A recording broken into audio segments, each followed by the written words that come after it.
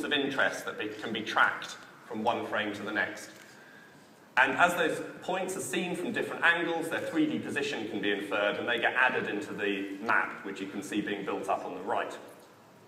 So that green thing here is just an estimate of where the camera is. And the camera is now being tracked using these points. Okay, so that's the theory that was running in MATLAB. This is a video of it running on Vita, live. Sorry, video running on Vita anyway. I'm going to use it to explain some of the features of the system. So first we need to find a point to initialize. Now you need enough of these interest points to initialize, and the big red square around the screen says that this isn't a good place, but as we come up it turns green and says yes, there's enough interest points here, so many places are okay.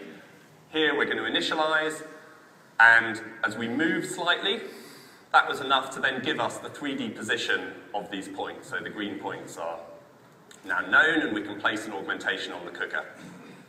If we now look to the right, we can see points being added to the fridge. Now these start off as pink to say, yes, these are good points to track, but it doesn't yet know exactly where they are. However, as we then move the device, they turn green to go, yep, I've now got their 3D position, and we can place an augmentation. And we'll expand it off to the left as well.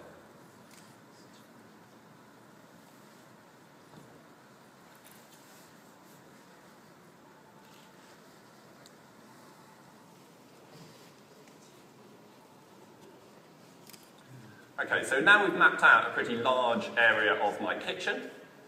And as well as expanding the map spatially, we can also expand it in scale. So if we look at the tiles above the cooker, there are a number of interest points there. But if we zoom in and get closer, more and more detail becomes visible, so more and more interest points can be added.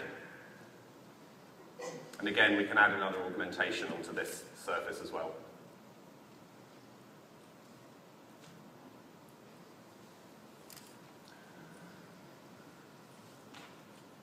Okay, so now I just want to talk about some of the strengths of this system. So the first is that we can get in very close to these augmentations, at least in the areas that we've mapped closely. We can also move very far away. I think I get limited by my video recording wires. And also the augmentations are locked very tightly to the scene, which is why we call the technology magnet. There's very little jitter. We can cope with pretty fast motion as well, though if we do lose track, which I think I do just there, we can recover again quite quickly.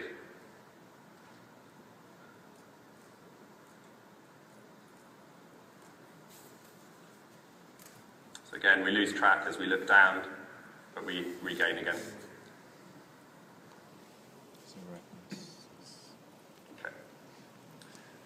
So just to iterate then, we have this large range of distances, we've got augmentations locked tightly to the scene, we can cope with fast motion,